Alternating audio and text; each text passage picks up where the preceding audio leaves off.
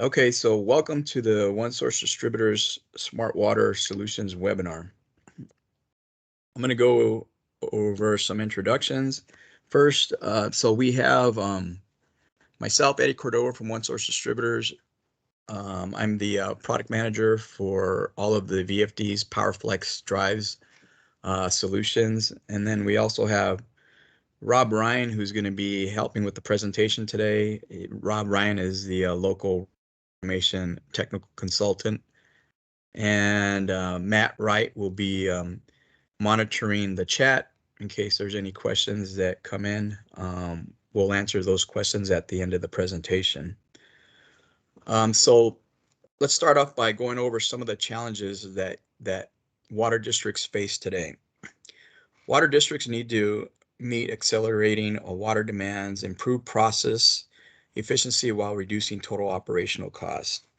They also need to improve reliability, reduce process downtime, and meet stringent regulatory requirements. There also is a need to integrate new technology into an aging infrastructure. There's a lot of older drives and equipment out in the plants, and we need to look at migrating to newer technologies. In addition, we need to enable a secure plant operation, and there's always a need for real-time data for optimum performance. Some of the factors that cause these challenges are population growth and rising housing. Everywhere we look, it seems like they're always building new housing tracts. So that's causing more need for demand of our water resources. Our climate here in sunny California, we see very little rainfall, and we have to closely monitor our water resources. Regulatory pressures on water and wastewater systems operators is getting very stringent, and every year it seems to get more stringent. Our infrastructure continues to deteriorate, as I mentioned earlier. We need to look at migrating to newer technology. And the workforce is reaching retirement age. So in addition to having less manpower, we also have to train newer employees or newer technicians with current technology. The operational costs just keep getting more expensive. Saving energy and reducing wasted energy is an ongoing challenge for every water district. Many water districts operate at bare minimums as water tariffs have remained the same for the past 10 to 20 years. The future demand for clean and safe drinking water or treated water just keeps increasing year after year. Downtime rates of water treatment plants is costly and a crucial expense. Budgets are always being reduced, and we're always looking to be more efficient with more uptime. The very high downtime of water treatment process will have enormous political pressures, meaning that when the facilities are down, you're going to get complaints from local governments and also the public consumers who are demanding for the water. Common causes of downtime of a typical water treatment plant is basically old equipment, normal wear and tear. If the devices are not serviced or have not been preventative maintained as scheduled, that's going to cause downtime. Unscheduled shutdowns caused by unplanned downtime are a big problem for water districts. The manpower is very strained and limited in terms of training on the latest technology advancements. The demand for increased water usage makes it very challenging to plan for preventive maintenance or scheduled shutdowns. It seems like there's always demand for water, and it's just too critical to shut the plant down for certain maintenance operations. Real-time monitoring of the water treatment plant using legacy devices or legacy systems is very limited on what's available for critical data. Hence, preventive actions such as diagnostics and preventive maintenance, critical data that could be used for early decision making that would eliminate or prevent downtime, secure remote information with legacy devices. Protocols is normally very slow to report back to the plant-wide SCADA system. Breakdowns of any communication network between the process station is unbearable, and there is no notifications of a breakdown situation. This is very critical because there's the potential for raw sewage spillage. So, smart water solutions, the concept of a smart device or smart system is where we're monitoring real-time data monitoring things such as voltage, kilowatt hours, running time, drive temperature, drive internal fans. Once we monitor this information, then we take that information and process it into meaningful information. We're looking at like energy consumption, water debit flow rate, water pressure, pumping and process efficiencies. Then the device takes this information and it analyzes the information for excessive energy consumption, the condition of the pump, or the condition or status of the VFD.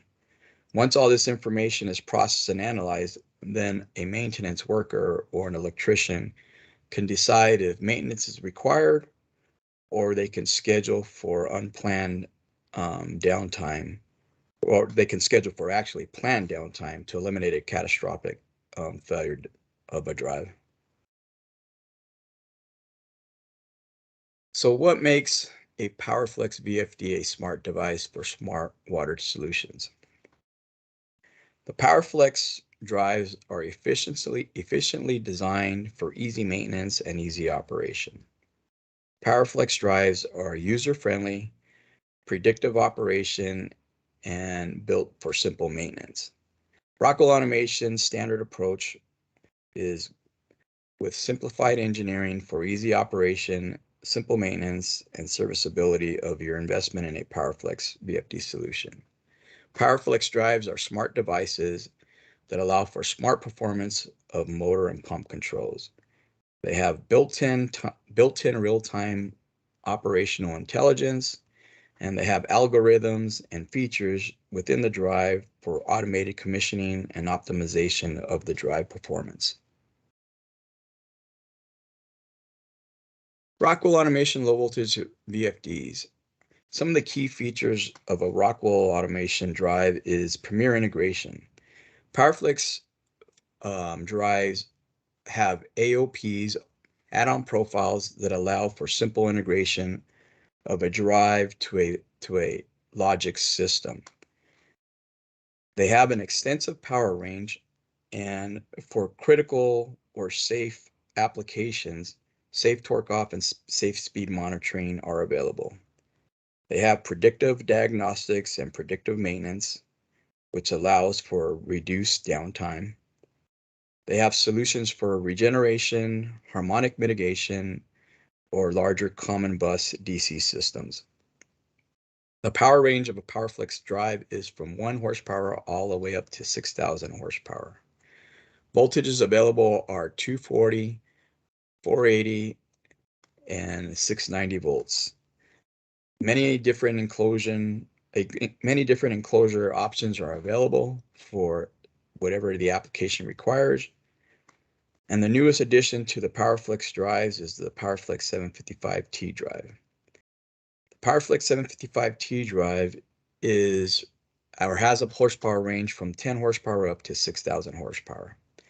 It is an active front-end drive, meaning that it has circuitry inside the drive that allows for low harmonics. This allowing you to meet stringent EEE 519 harmonic mitigation standards. It also has the XT version of the drive, which is extra tough corrosion gas protection built into the drive, which we will cover later in the presentation. As well, the PowerFlex 755T has on-device predictive maintenance that allows for monitoring of the status of the drive. It is a complete drive system. Predictive maintenance. I'm going to have Rob Ryan from Rockwell Automation present on the next few slides. Thank you, Eddie. Sure. All right, so the PowerFlex 755T drive has this new total force technology. And with that comes predictive maintenance algorithms that we've developed from extensive component life testing that we've done with our manufacturers of fans and capacitors and IGBTs. What they do is that we're measuring the actual operating conditions, characterized how the drive is running, and we make predictions of the remaining usable life of the component. User configurable alarms can be set at certain thresholds to alert when the drive should be serviced and schedule that activity when it's most convenient to maintenance and operations, but ultimately before it leads to downtime, which can optimize the use of limited maintenance resources, including personnel and operations budgets. These onboard models are built from a common framework to assess different conditions that impact the longevity of critical devices and system components. These components are the cooling fans, the DC bus capacitors, the IGBTs, the pre-charge contactor, and also digital output relays. These components can impact the drive's ability to run efficiently, ultimately comprising the ability to keep the motor running at a maximum production. As Eddie mentioned earlier, these T drives are an active front-end type of topology, so we do have added input line sensing to determine if harmful conditions exist and to protect itself before allowing itself to be compromised by opening the upstream contactor. So next slide, Eddie. When you look at the scalability of analytics, what I want to do is take your attention to the bottom row, basically looking at the device level, such as a PowerFlex variable frequency drive. And when you go left to right, it depicts different levels of maintenance strategy. So the first one would be more of a descriptive type of where you have like a pilot light that says if the drive is running okay or if you have a fault. The next level, if you go to the right, would be more of a diagnostic where you would actually get, say, a fault code on the HIM saying that the fan has failed. And then the next level would be more of a predictive maintenance strategy where we anticipate the actual life of the component before it actually does fail. And then to take this to the ultimate level, which would be more of a prescriptive approach where you have analytic engines that recommend a course of action. Basically telling you need to replace a certain part and what the part number is and what its location is. At the device level, Rockwell has solutions that could incorporate this type of solution using factory talk analytics.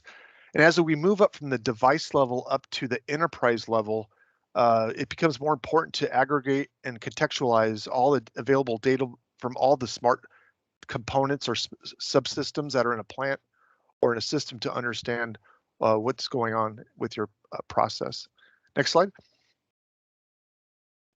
So as far as the algorithms that we have, for example, I'll pick two right here. One would be a fan or a blower, and the other, the IGBT power device.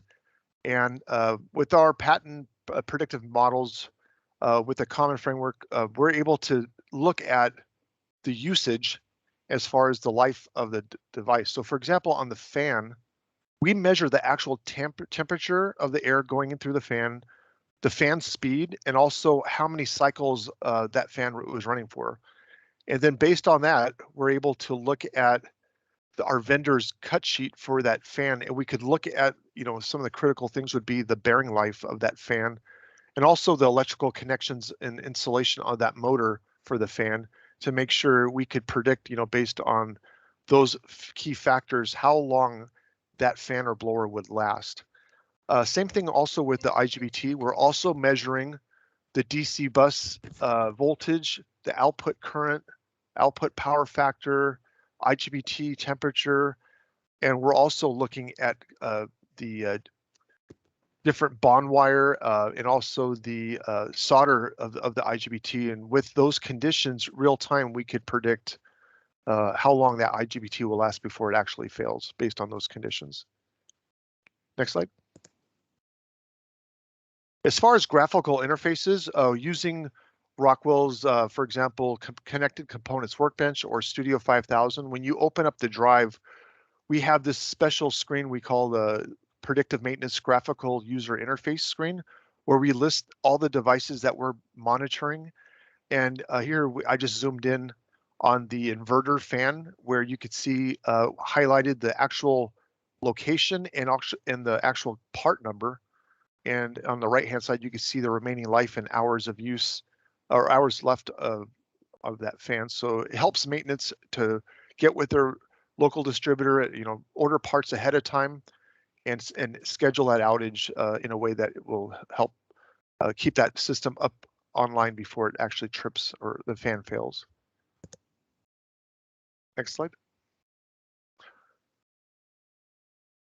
Now I'm going to switch topics. I'm going to talk about harmonics. Now this topic is pretty in-depth and technical. So I know there's classes where they offer that could spend 2 to 3 full days where you're learning about the harmonics and what causes them. But at a very high level, what you have is you have linear loads. Basically, they consume energy at a very smooth sinusoidal rate. And then when you look at that graphic in that picture right there, you'll see that that graphic is very spiky. It's very noisy. Basically, that's the effects of having a nonlinear load, such as a variable frequency drive or a UPS or a switch mode power supply, that causes that type of noise on the system. So an AC power distribution system, nonlinear loads create harmonics by drawing current in abrupt, short pulses rather than in a continuous, smooth manner. So when you look at harmonics, what problems can harmonics create is reduction in power factor, voltage distortion causing equipment to malfunction, excitation of power system resonances, creating overvoltage spikes that could cause DC bus overvoltage faults. Harmonics directly could cause overheating in your upstream transformer because it doesn't have the kVARs to handle those harmonics. And also cables and circuit breakers also could have excessive heating that would cause nuisance tripping as well. Next slide. So in the water industry, typically, they use consulting engineering firms. And there's a standard that they use called the IEEE 519 that Eddie had mentioned earlier. And basically, this is a guideline that's used in the industry to help quantify what is too much harmonics on a system. And the local utilities are the ones that would have to enforce this. So usually consulting engineering firms will specify to have a power system harmonic analysis to be done on the project. And then electrical engineers will use software tools to model and analyze the power systems and to implement methods to improve or reduce the harmonic distortion where needed. Again, power distribution systems basically consist of basic electrical elements such as resistors, capacitors, inductors, transformers, and motors. So by modeling this, they could see what effects that these capacitors and inductors have on the system that might cause resonance frequencies in the system. Next slide. So, how do we comply? So, the goal is to avert potential system malfunctions by applying the proper technology and solutions to minimize and limit the effects of harmonic distortion on your devices. So Rockwell Automation has deployed a wide variety and a wide array of methods to reduce harmonics caused by these nonlinear loads. And you can see on this graphic, we have different columns and rows. And basically the one on the left with the all green row or column is the one what we call our active front end drive. And you can see when you look at some of the key aspects such as meeting IEEE 519, the cost, and the overall footprint, you can see it's much better than other solutions such as using passive harmonic filters or 18 pulse type of VFDs where you're using a phase shifting transformer to mitigate harmonics. So by that, you're getting a smaller footprint, more features and predictive maintenance in the system. So it's just something that we could look at, we could help you with when you're designing your system. Next slide. So now we're going to talk about what Eddie had mentioned, extra tough as far as corrosive gases. To know if you really have a problem, first we need to understand, that corrosion is a problem, especially in the water wastewater industry, where you have electrical equipment in rooms where there's may be a high density of hydrogen sulfides or chlorines, sulfur dioxide, and ammonia for water treatment. So this type of gases that are found get into the electronics, and over time they could cause havoc with the unit. So what you can do, if you don't know if you really have a problem, or if you want to try to quantify what your corrosion levels are, Purifil is a company that sells a product where you hang it inside of your enclosure or your electrical room, and over a course of 30 days, it monitors and measures humidity, temperature, and also the corrosive gas levels over that 30-day period. And then you mail it back in, and they'll send you a report telling you, and it'll give you a classification of what levels that they're seeing inside your facility. And that's the chart that you see on the right-hand side. There's different standards in the marketplace, but right now we see that the ISA standard has taken more traction in the industry. So what you can see there is that the PowerFlex 755T goes all the way up to the very top. And if you have values that go over that, then you're going to probably need to look for a solution where you have a specific type of enclosure where you could keep the outside elements from getting inside the enclosure, such as a NEMA 4 or NEMA 4X enclosure. And then as far as cooling the devices inside, you'll need some type of air conditioning unit as well. Next slide. So here's a little snippet, if you will, of what a standard IGBT power pack would look like if you cut it open. And then versus on the right where we have a different type of pack where it's more resistant to corrosion. So what we've done is in our facility, we have a chamber that we've made up where we mix different gases, and we try to accelerate the life or the rate of these contaminations to grow. And you can see here on the left-hand side, you're seeing dendrite growth, which is basically crystallization. And what happens is as it grows, they'll touch two different circuits on a surface mount printed circuit board. And basically what you're going to see is a short circuit or a component failure where products start to malfunction, and then a failure will occur. Next slide. Even on our card edge connectors, we use standard conformal coating, and then we have an enhanced version where now we're using a palladium type of material that has the same resistance to corrosion as gold, for example. And with this natural resistance against oxidation over time with humidity and temperature, you'll get the most corrosive forces that we could help mitigate by using this type of palladium coating on the terminals. Next slide. As far as serviceability, for those who have worked on drives know, like back on earlier generations, you would get a fan failure fault, and when you would look inside the drive, depending on the horsepower, you might have up to 7 or 8 different fans. And when you get the fault code, it doesn't tell you exactly which fan had failed. So you'd have to disassemble the drive and go in there and remove all the fans and bench test to see which one has actually failed. With our new technology, we actually have a tachometer on the back of the fan. So when we do see a fan failure, we tell you exactly the location of the fan. And you can see from these pictures here, the fans are actually front accessible. So you don't have to disassemble any sub-assemblies or reach to the back of the heat sink to get to these locations. So it's all pretty easy. Just remove a thumb screw and disconnect the power connector. And it's really simple. Next slide. On the larger size horsepower, when you get 400 horsepower and larger, we have what we call roll-in power modules. And you can see that little picture cutaway. All the fans on each individual power module is in the front, and it's also front accessible from the bottom compartment. So Again, it's just one screw. You remove the wire harness, and within a couple of minutes, you could replace a fan without having to take a long outage in the system. And also with our modularity, with our active front end, as far as spare parts count, the inverter and the converter are exactly the same part number. And so the way the drive knows whether it's a converter or inverter, we have a selection rotary jumper that we tell it so that when it talks back to the control module, it knows whether it's what device it is. So if you have a system where you have 6 drives of the same power range, as far as spare parts, you could just have one component that you could use for all 6 drives for the inverter and converter. Next slide. Okay, thank you, Rob, for all that information you presented.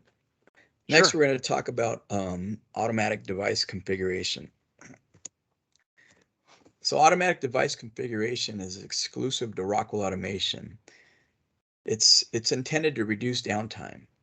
What's required is a logic system using Studio 5000 software, and a managed switch is preferred, but unmanaged switches will work as well.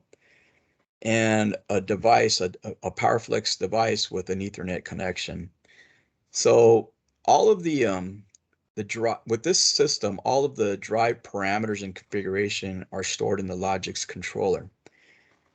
When the drive, okay, let's say there's a situation where a drive fails. So an engineer or a technician or maintenance work can just take a new drive, a standard like-for-like drive, meaning it has to be the same model number, same size.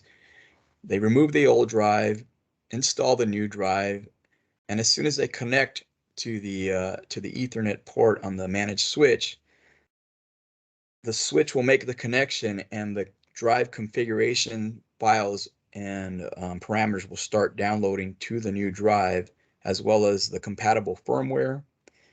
And the switch obviously would have sent the IP address to the new IP address to the drive as well, so that there is a connection of communication.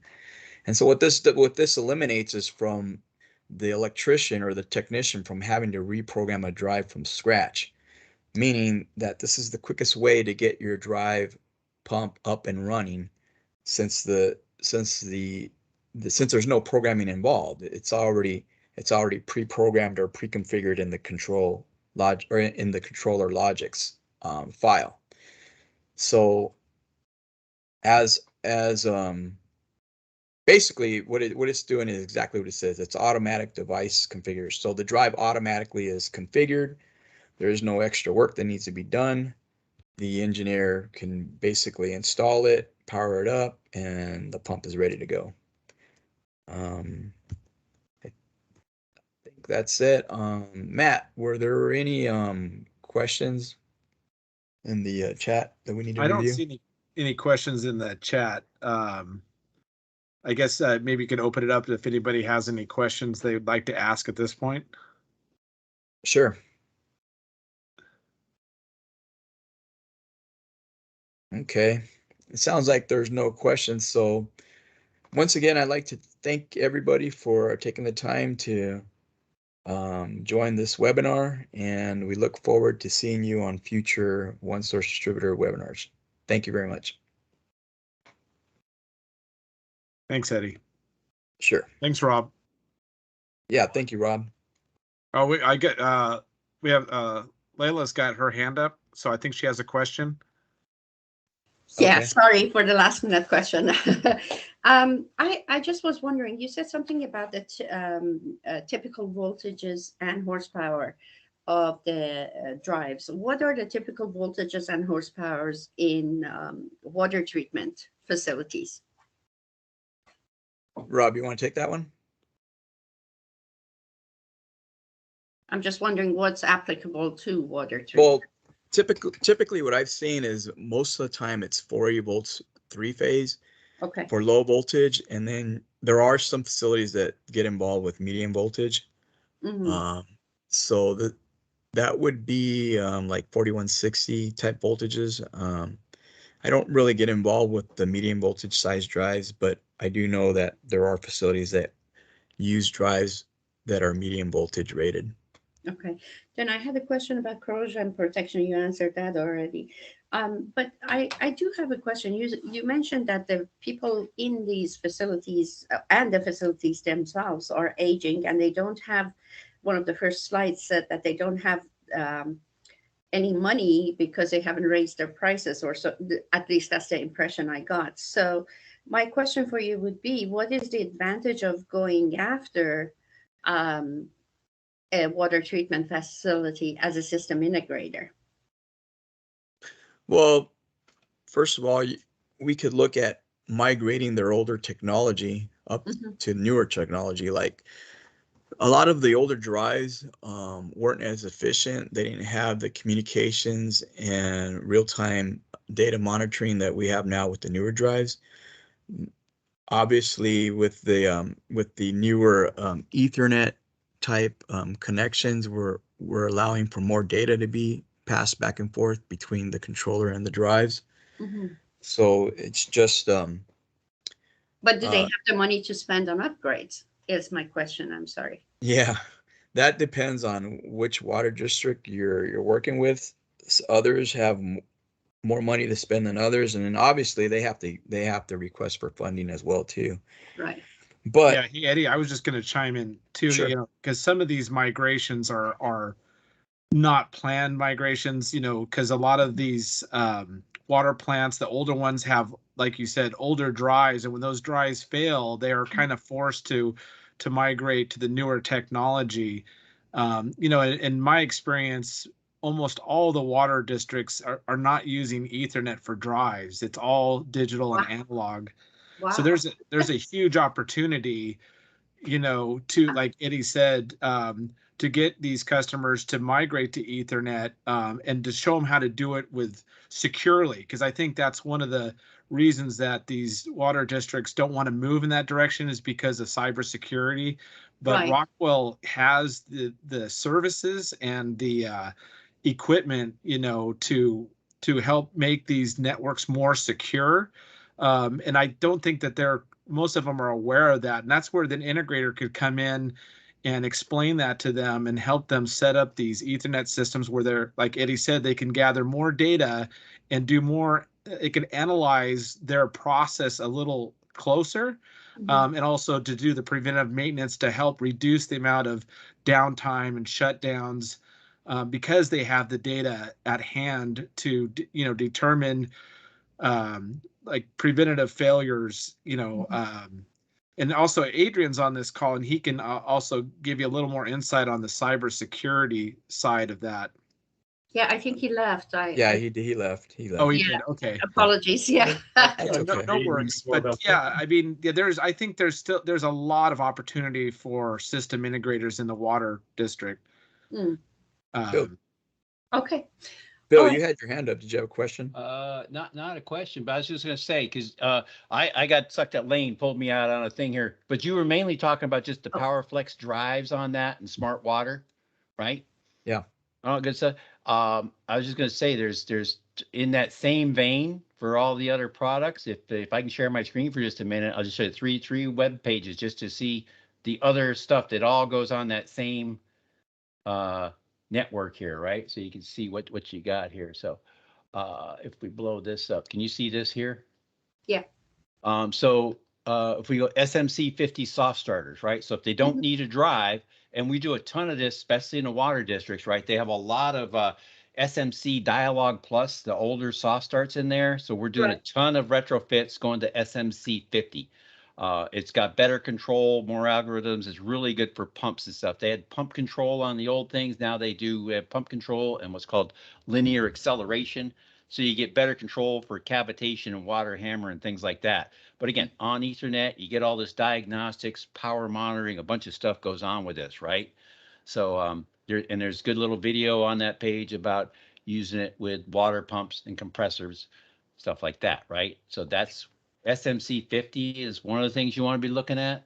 Okay. Another one, we get a lot of across the line motors, but again, if you want that diagnostics, predictive maintenance, and all the smart access, the E300 and E200, E300, again, an overload on the Ethernet IP that gives you a lot of diagnostics. And again, you can even put voltage little monitor things on this, so you can get power quality on this, right? Kilowatts, kVAR, all that stuff, just Yeah, off a you can see standard dumb. phase imbalance, motor current, ground fault. Yeah, there's a ton of All data. this stuff. So E300. phase ground fault. So E300. So current imbalance, over under voltage, diagnostic, full load amps, thermal capacity. You know, the energy, the integration, device logic is a cool thing. But yeah, all this good stuff. And again, there's some more. Okay, let me ask one other question then. On the 755T compared to 525s, how much more money are we talking about? Because I'm just wondering that is that a problem for you in the water industry as far as them not be willing to spend that percentage more? Yeah, so the PowerFlex 755T versus the 525, they're totally different drives. The 755T is going to be a lot more expensive because remember that's an active front end drive, so it has extra Mhm. circuitry to mitigate harmonics, whereas the 520 series drive is just a standard 6-pulse drive Right. that doesn't do any real harmonics mitigation. It actually creates harmonics. So So what's the percentage more price-wise? Well, the 525 is a component drive that only goes up to 30 horsepower. So That's the other big thing is the horsepower reading. yeah, so you would really compare that against a PowerFlex 753. That's what we mostly see in the water districts. Okay. You know, here's the thing, because I was a drive specialist. Most of the time in the water districts, when it comes to mitigating harmonics, most of them they are still using the 18-pulse drives. So in the disadvantage with the 18 pulse is it takes up more space because you have these phase shifting transformers. So, and you don't get the diagnostics that you get with the 755T. So, you know, the 755T is a little more competitively priced. It has a smaller footprint and it's giving you more diagnostics and analytic data. So I agree with you on all of that, but it is a selling point. I mean, that's the. It is. It's just a lot of these water districts, they've got these specifications that don't include active front end drives. They basically specify 18 pulse. So, you know, there's still some work that needs to be done to maybe educate some of these water districts into the newer technology and the direction they need to be headed. For the most part, Lele, looking at an active front end drive versus the 18 pulse and auto transformer type installation, the active front end drive is going to be less expensive, but the PowerFlex 755T active front end drive versus a standard PowerFlex 755 drive, well then, yeah, the PowerFlex 755T active front end drive is going to be more expensive than the standard drive. What's the difference percentage wise? I don't have that off the top of my head. We'd have to look at a certain application. Right. No problem, because I know the question will come up. I mean, I'm not suggesting it's going to come up today, but it's obviously going to come up if you are going to get involved with that. So it would be a good thing to have and say, okay, but you get all of what you described as features. Correct. Okay. Thank you so much for your time. Hey, Lele, thank you for attending the webinar. It's been a long time since I've seen you, but yeah, I know we got to go to dinner or lunch one of these days. You have a standing invitation. You just tell me when. Okay, sounds good. Hey, thank you very much. We'll talk to you. You too, Harvey. Thanks for the thank you. Yeah, I was just going to show you these dynamics. These are like the vibration monitors, right? Stuff like that. You see a lot of those on the big motors, vibration tachometers and speed, stuff like that for the. And then the other one is you'll see a lot of power monitors in their motor control centers, right? Because they're always trying to monitor their energy usage. So again, all these hook up on Ethernet IP. It's all part of that smart water stuff, right? They want the data, the information. So that's basically want to show you. You got the drives, but then we do power monitoring, the vibration monitoring, the overloads for the regular motors, and then the soft starts for those that. So you'll see all those things in a smart water application. All right. Got it, Bill. Thank you. All right. Thank you, Bill. Thank you, Lele. Have a good one. You guys too. Thanks. Take care. Thanks, everyone. Okay. Thanks, Matt. Bye. You got it. Bye. Wait, what am I doing here? I gotta get out of that thing. There we go. All right, we're good. Done. Everybody out. All right.